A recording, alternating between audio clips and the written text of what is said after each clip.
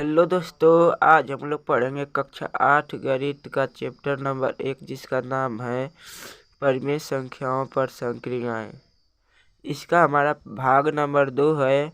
हमने भाग नंबर 1 में इसका पाठ्यक्रम को देख लिया था कि आखिर इस अध्याय में हम लोगों को क्या क्या पढ़ना है।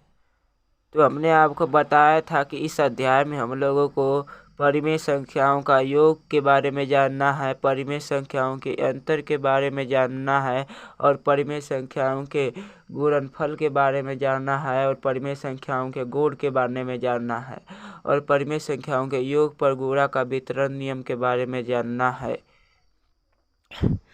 और हमने आपको प्राकृतिक संख्याओं के बारे में बताया था कि प्राकृतिक संख्याएं क्या होती है।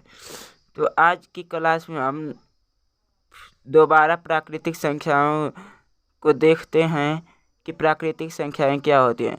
तो प्राकृतिक संख्याओं के बारे में हमने आपको बताया था कि 1 से शुरू होने वाली गिनती की संख्याओं को ही प्राकृतिक संख्या कहा जाता है। प्राकृतिक संख्या का मतलब होता है गिनती। उदाहरण के तौर पर 1, 2, 3, 4, 5 ये सभी संख्याएं प्राकृतिक संख्या कहलाती है। इनकी संख्या जो होती है अनंत तक होती है, मतलब कि ये एक के बाद एक और एक के बाद एक आती जाती रहेंगी, ये कभी समाप्त नहीं होगी। हमने आपको सबसे छोटी प्राकृतिक संख्या बताया था कि सबसे छोटी प्राकृतिक संख्या 0 होती है, और दो लगातार प्राकृतिक संख्याओं के बीच का अंतर जो होता है 1 होता है। यदि हम पूछें कि क्या 0 यदि हम आप लोगों से पूछेंगे क्या 0 एक प्राकृतिक संख्या है, तो क्या उत्तर होगा इसका? तो 0 की बात करें तो 0 एक प्राकृतिक संख्या नहीं है, बल्कि 0 एक जो है पूर्ण संख्याएं हैं, पूर्ण संख्या है। 0 प्राकृतिक संख्या नहीं है, 0 एक पूर्ण संख्या है, क्योंकि ये 0 गिनती नहीं है, गिनती की संख्या नहीं है, इसी कारण ये प्राकृतिक संख्या नहीं है। √3 की बात करें, यदि हम कर्ण में 3 की बात करें तो ये एक प्राकृतिक संख्या है?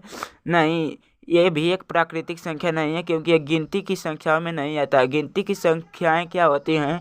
1, 2, 3, 4, 5, 6, 7, 8 इसी प्रकार आने वाली संख्याओं को ही हम गिनती की संख्या कहते हैं, जबकि √3 जो है गिनती की संख्या में नहीं आता है। यदि हम पूछेंगे 2024 क्या प्राकृतिक संख्या है, तो इसका उत्तर है हाँ, 2024 भी एक प्राकृतिक संख्या, क्योंकि गिनती की संख्याओं में 2024 आता है। यदि हम 3.4 की बात करें तो 3.4 भी एक प्राकृतिक संख्या है, क्योंकि यह गिनती की संख्याओं में आता है। यदि आप इन सभी प्राकृतिक संख्याओं में ध्यान से देखें, 1, 2, 3, 4, 5, 6 डॉट डॉट डॉट अनंत तक, इन सभी प्राकृतिक संख्याओं में आप ध्यान से देखेंगे तो कुछ ऐसी प्राकृतिक संख्याएं होती हैं जो 2 से पूर्णतः विभाजित हो जाती हैं, और कुछ ऐसी प्राकृतिक संख्याएं होती हैं जो 2 से पूर्णतः विभाजित नहीं हो पाती। इसी कारण हम प्राकृतिक संख्याओं को 2 भागों में विभाजित करते हैं, सम प्राकृतिक संख्याएं, विषम प्राकृतिक संख्याएं। सम प्राकृतिक संख्या को अंग्रेजी में इवन नेचुरल नंबर कहा जाता है, और विषम प्राकृतिक संख्या को अंग्रेजी में ओड नेचुरल नंबर कहा जाता है। तो सम प्राकृतिक संख्या मतलब वो ऐसी प्राकृतिक संख्या जो 2 से पूर्णतः विभाजित हो जाती हैं, सम प्राकृतिक संख्याएं कहलाती हैं। उदाहरण के तौर पर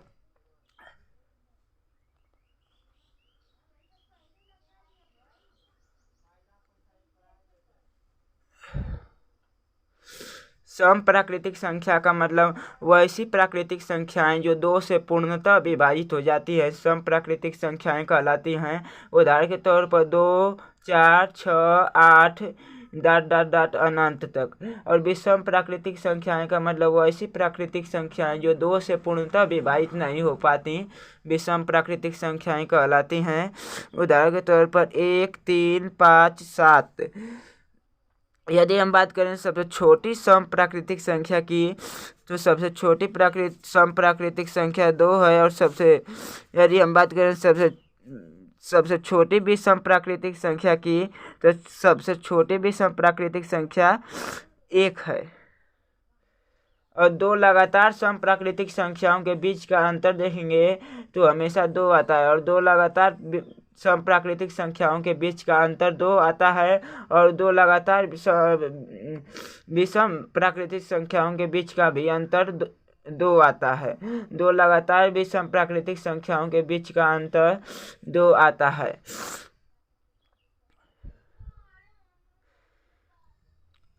अब उसके बाद आता है हमारा दूसरा पॉइंट पर पूर्ण संख्याएं।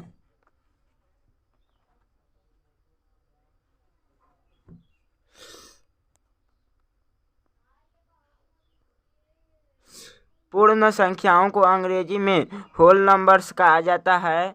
आखिर ये पूर्ण संख्याएं क्या होती हैं? तो हमने आपको प्राकृतिक संख्या का बताया कि 1 2 3 4 5 डॉट डॉट डॉट इसी प्रकार चलते जाएंगे। इनको ही हम प्राकृतिक संख्या कहते हैं। यदि इन प्राकृतिक संख्या को यदि हम इन प्राकृतिक संख्याओं में 0 को भी शामिल कर दें तो ये जो प्राप्त होती हैं संख्याएं 0 1 2 3 4 5, इनको ही हम पूर्ण संख्याएं कहते हैं। यदि हम प्राकृतिक संख्या में 0 को भी शामिल कर दें तो जो प्राप्त संख्याएं होती हैं उनको ही हम पूर्ण संख्याएं कहते हैं। तो पूर्ण संख्याओं की डिफिनीशन है, यदि प्राकृतिक संख्याओं के साथ 0 को भी शामिल कर दिया जाए तो पूर्ण संख्याएं प्राप्त होती हैं। इनके संग्रह को W से सूचित किया जाता है, क्योंकि इनकी अंग्रेजी होती है, इनको अंग्रेजी में होल नंबर कहा जाता है और होल नंबर का पहला लेटर W होता है। इसी कारण पूर्ण संख्याओं के संग्रह को हम कैपिटल W से सूचित करते हैं। तो इसका उदाहरण जैसे में 0 1 2 3 4 5 6 7 8 9 10 11 12 इसी प्रकार ये चलती जाएंगी और इनकी संख्या भी अनंत होती है।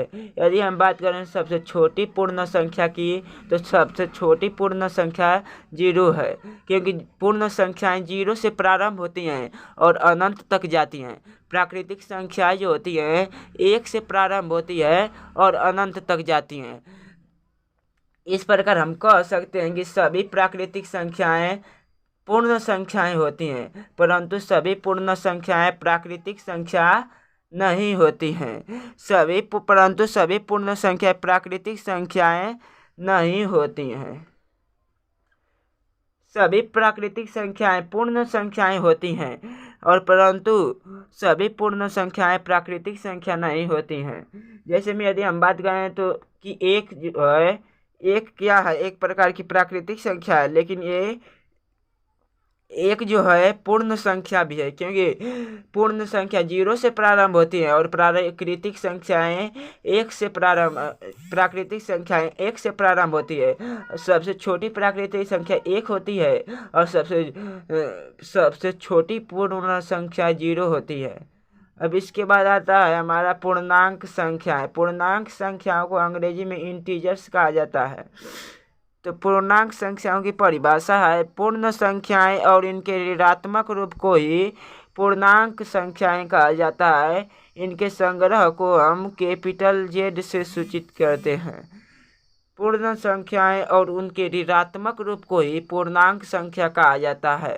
जो पूर्ण संख्या होती हैं 0 1 2 3 4 5 6 7 8 डॉट डॉट डॉट, ये पूर्ण संख्याएं हैं और इनका जो ऋणात्मक रूप होगा, ऋणात्मक रूप का मतलब माइनस में इनका, यदि हम इनके आगे माइनस चिन्ह लगाते, -1 -2 -3 4, ये इनका पूर्ण संख्याएं हैं और इनका ये ऋणात्मक रूप है। तो इन्हीं पूर्ण संख्याएं और इनके ऋणात्मक रूप को ही हम पूर्णांक संख्या कहते हैं। तो जैसे में 0 1 2 -1 -2 -3 ये सभी जो है पूर्णांक संख्याएं हैं, क्योंकि पूर्णांक संख्या का मतलब होता है पूर्ण संख्या और उसका ऋणात्मक रूप। अब अगला आता है पूर्णांक संख्या को हम 2 भागों में विभाजित करते हैं, धन पूर्णांक पॉजिटिव इंटीजर्स, ऋण पूर्णांक या ऋणात्मक पूर्णांक निगेटिव इंटीजर्स।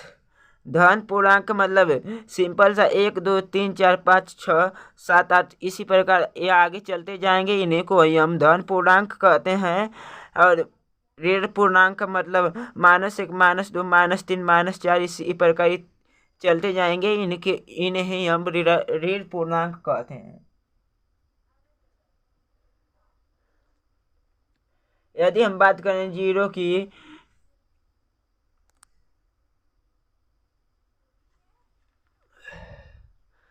तो जीरो भी एक पूर्णांक है। जीरो भी एक पूर्णांक है। जीरो क्या है? एक पूर्णांक है। और जीरो एक पूर्ण संख्या भी है। जीरो एक पूर्णांक है और जीरो एक पूर्ण संख्या भी है। लेकिन ये आखिर निगेटिव पूर्णांक है कि पॉजिटिव पूर्णांक है? आखिर धनात्मक पूर्णांक है कि ऋणात्मक पूर्णांक है? तो जीरो की बात करें तो ये ना ही धनात्मक पूर्णांक है और ना ही ऋणात्मक पूर्णांक है। जीरो ना ही धनात्मक पूर्णांक है और ना ही ऋणात्मक पूर्णांक है। ऋणात्मक पूर्णांक है। लेकिन ये जो है एक प्रकार का पूर्णांक है, परंतु यह एक पूर्णांक है। लेकिन ये ना ही धनात्मक पूर्णांक है ना ही एक ऋणात्मक पूर्णांक है। यदि हम बात करें कि क्या कॉर्नी में 2 क्या एक पूर्णांक है, तो इसका उत्तर है नहीं, क्योंकि पूर्णांक का मतलब होता है पूर्ण संख्याएं और इनका ऋणात्मक रूप। तो क्या ये कॉर्नी में 2 पूर्ण संख्या है? इसका उत्तर है नहीं, क्योंकि प्राकृतिक संख्याओं में ही जीरो को शामिल करने पर पूर्ण संख्या प्राप्त होती है।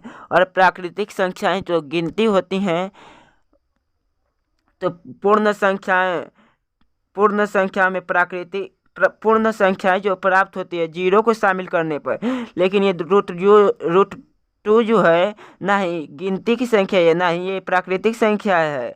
इसी कारण ये पूर्ण संख्या भी नहीं है और इसी कारण ये पूर्णांक संख्या नहीं है, क्योंकि पूर्णांक संख्या पूर्ण संख्या और इनका ऋणात्मक रूप होता है। यदि हम बात करें कॉर्नी में 3 की, तो ये भी पूर्णांक संख्या नहीं है और कॉर्नी में 2 भी पूर्णांक संख्या नहीं है। यदि हम बात करें कॉर्नी में 25 की, तो ये एक पूर्णांक संख्या क्यों है? क्योंकि कॉर्नी में 25 का जब हम हल करेंगे तो इसका उत्तर आएगा +-5। +-5 का मतलब इसका उत्तर आएगा -5 और एक दूसरा उत्तर आएगा 5 या +5। तो -5 ये पूर्ण संख्याओं का ऋणात्मक रूप है। ये 5 जो है पूर्ण संख्या है। तो इसी कारण हम कॉर्नी में 25 को पूर्णांक संख्या कह देते हैं कि कॉर्नी में 25 जो है पूर्णांक संख्या है। यदि हम बात करें किसी संख्या के अगर पहले माइनस का चिन्ह लग गया है तो ये ऋणात्मक में हो जाती हैं। यदि हम किसी संख्या के पहले प्लस का चिन्ह लगा देते हैं तो ये धनात्मक संख्याएं कहलाती हैं। अगर किसी संख्या से पहले हम माइनस का चिन्ह लगा देते हैं तो ये ऋणात्मक संख्या हो जाती हैं। और ये किसी संख्या से पहले अगर प्लस का चिन्ह लगा देते हैं तो ये धनात्मक संख्या में होती हैं। और प्लस किसी संख्या से पहले अगर प्लस का चिन्ह लगाया गया हो तो उसे चाहे लिखें या ना लिखें कोई फर्क नहीं पड़ता है। या यदि हम कह देंगे +5 तो +5 का मतलब 5 ही है, क्योंकि किसी संख्या से पहले अगर प्लस का चिन्ह लगाना है तो उसे लिखा है चाहे लिखें या नहीं लिखें कोई अंतर नहीं होता। यदि हम कह दें -5 और -7 और 7 इसमें बहुत अंतर हो जाएगा। लेकिन यदि हम कह दें कि +7, 7 तो ये दोनों समान है, इनमें कोई अंतर नहीं है।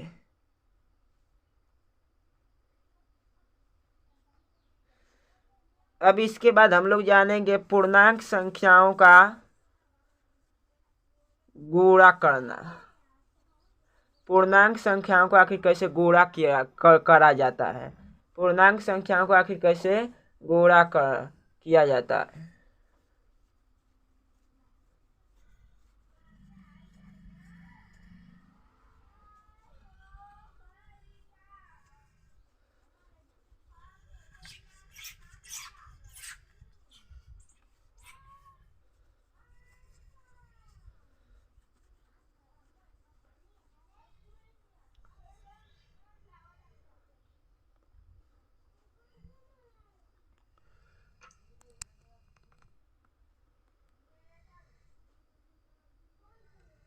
पूर्णांकों का गुणा करना।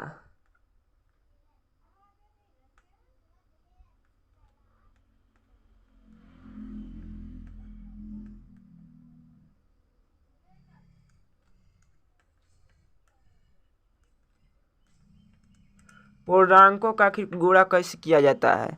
तो पूर्णांकों का गुणा करते समय हम पहले चिन्हों का गुणा करते हैं, फिर संख्याओं का गुणा करते हैं। तो पूर्णांकों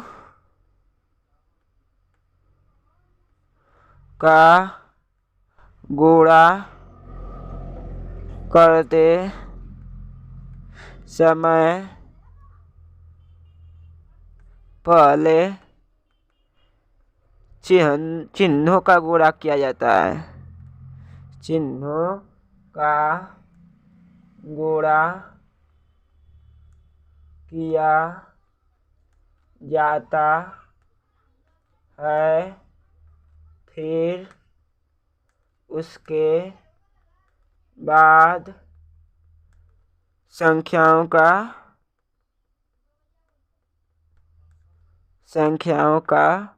गुणा किया जाता है।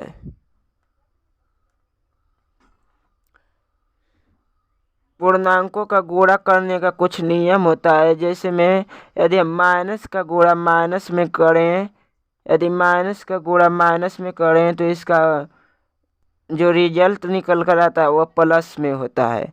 यदि हम प्लस का गुणा प्लस में करें तो इसका रिजल्ट निकल कर आता है प्लस। यदि हम गुणा करें प्लस का गुणा करें माइनस में तो इसका उत्तर होता है माइनस। यदि हम माइनस का गुणा करें प्लस में तो इसका उत्तर होता है प्लस। ये जो है आप लोगों को याद कर लेना है, एक गुणा करने का नियम है।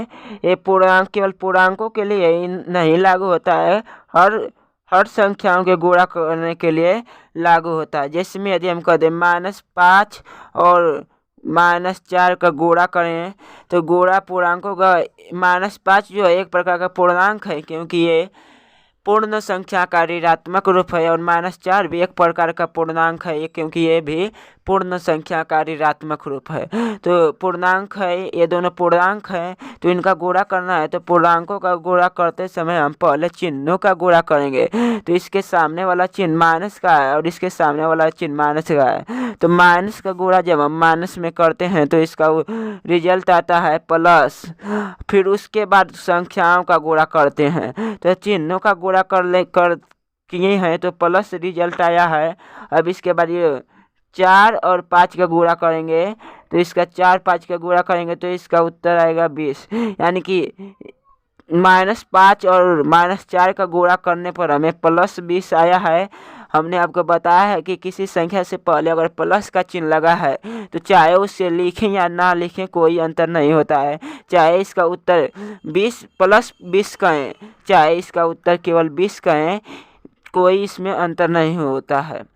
यदि हम कह दें 5 का गुणा -3 में करो तो इसका 5 का गुणा -3 में आखिर कर क्या उत्तर आएगा। तो हमने आपको बताया कि अगर किसी संख्या से पहले अगर कोई चिन्ह नहीं होता है तो उसका पहले हमेशा प्लस का चिन्ह होता है। अगर किसी संख्या से पहले कोई चिन्ह नहीं है तो उसके पहले हमेशा प्लस का चिन्ह होता है। चाहे प्लस का चिन्ह लिखे या ना लिखे कोई अंतर नहीं होता है।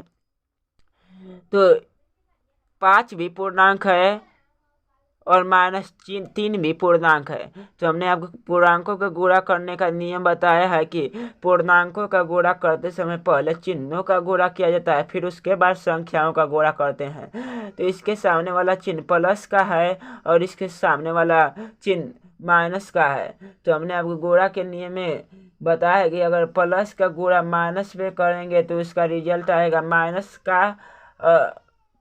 तो यह चिन्ह का गुणा हो गया। तो अब इसके बाद संख्याओं का गुणा करेंगे। तो 5 का गुणा 3 में करेंगे तो 5 तिहाई 15। तो इसका उत्तर आएगा -15, या इसका उत्तर हो जाएगा। यदि हम कहते हैं कि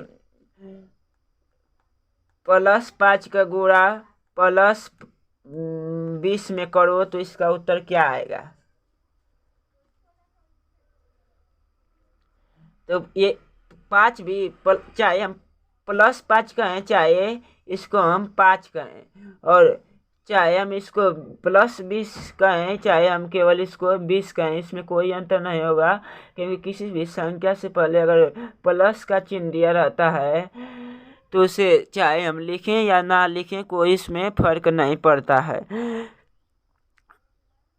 तो हम इसे 5 भी कह सकते हैं, +5 भी कह सकते हैं, और +20 को हम 20 भी कह सकते हैं, +20 भी कह सकते हैं। तो 5 एक पूर्णांक है और 20 भी पूर्णांक है। तो पूर्णांकों का गुणा करते समय जो होता है पहले चिन्हों का गुणा किया जाता है। तो चिन्ह 5 के सामने वाला चिन्ह जो है प्लस का है और 20 के सामने वाला चिन्ह प्लस का है। तो हमने आपको बताया कि प्लस का गुणा यदि प्लस में करेंगे तो रिजल्ट आएगा उसका प्लस का। अब उसके बाद संख्या का गुणा करेंगे, 20 का गुणा 5 में करेंगे तो उसका उत्तर आएगा 100। यानी कि इसका गुणा करने पर +5 गुणा +20 का गुणा करने पर हमारे पास +100 आया है। हमने आपको बताया है कि किसी संख्या से पहले प्लस का चिन्ह दिया रहता है तो उसे लिखें या ना लिखें कोई अंतर नहीं होता है। इसी को हम +100 को हम केवल 100 भी कह सकते हैं। तो हमने आपको बताया है कि यदि किसी संख्या से पहले प्लस का चिन्ह दिया हो तो उसे लिखें, तो चाहे उसे लिखें या ना लिखें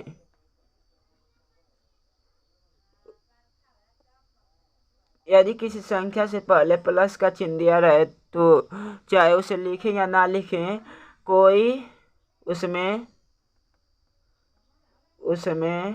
कोई अंतर नहीं होता है। जैसे मैं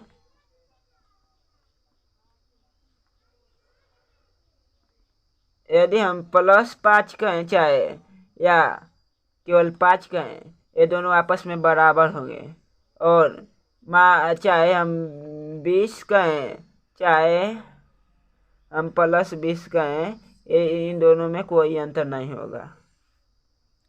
आज के लिए इतना ही। हम अब अगले वीडियो में पूर्णांकों का भाग और पूर्णांकों का जोड़ करना सीखेंगे। शुक्रिया।